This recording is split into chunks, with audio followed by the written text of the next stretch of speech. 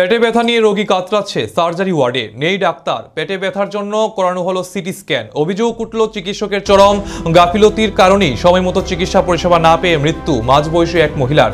চাঞ্চল্যকর এই ঘটনাটি ঘটে ত্রিপুরার উত্তর জেলায় ধর্মনগর স্থিত জেলা হাসপাতালে।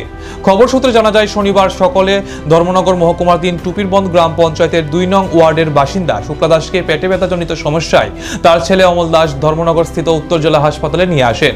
যথারীতি সার্জারি ওয়ার্ডে ভর্তি করে শুরু হয় চিকিৎসা। পেটে ব্যথার জন্য করানো হয় সিটি স্ক্যান। যথারীতি সিটি স্ক্যান করে ইনজেকশন ও স্যালাইন দেওয়ার পর থেকে মায়ের পেট ফুলতে শুরু করে, কিন্তু মূত্র হচ্ছিল না। পরে সার্জন স্পেশালিস্ট ডক্টর শুভেন্দু ভট্টাচার্যের সাথে কর্তব্যরত চিকিৎসক শেখর সরকার যোগাযোগ করে রোগীর অবস্থা আশঙ্কাজনক জানালেও তিনি আসবেন বলেও আর আসেননি বলে অভিযোগ করেন মৃত মহিলার ছেলে অমল দাস। ফলে বিনা চিকিৎসায় মারা যান তার মা বলে দাবি করেন মৃত পরিবারের লোকজন সহ মৃত মহিলার ছেলে অমল দাস। তাদের দাবি, চিকিৎসার গাফিলতির কারণেই তার মায়ের মৃত্যু হয়েছে, সঠিক সময়ে সঠিক চিকিৎসা হয়নি।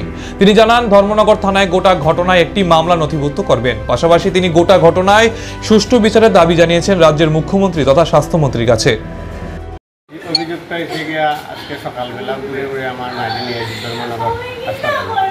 পেটের উপর ব্যথা করে, পেটের মধ্যে ব্যথা করে, পেটের দোকান লাগিয়া একটু সমস্যা করে। এটা যাওয়ার পরে ইমার্জেন্সি যে সারা ছিল তাই নিয়ে ইয়ে করছেন, তাই নিয়ে অ্যাডমিট করছেন।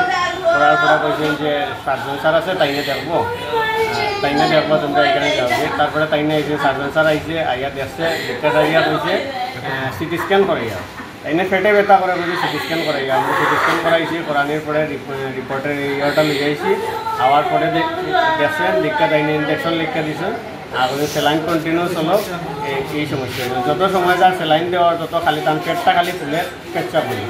তখনই গেছে গিয়া কইছে যে স্যার এরকম সমস্যা, তাইনে তো পেচ্চা বন না, আমার বই না ছিল বই, তাইনে পেচ্চা বন না, বারবার সমস্যা করে মারা গেছে। এটা সম্পূর্ণ তার ড্রাইভার তাইনে নিতে হইব। এটা তাই সূক্ষ্ম বিচার বা আজকের পরে যাতে আমার মা এরকম মারা গেছে, অন্য কেউ যাতে অন্য কারোর সাথে যাতে এরকম হয় না, আরও কেউ যাতে মারা হয় না, বা অন্য কেউ আমার মতো যাতে কষ্ট পায় না, কারোর যাতে এরকম ইয়ে হয় না, ক্ষতিগ্রস্ত হয় না।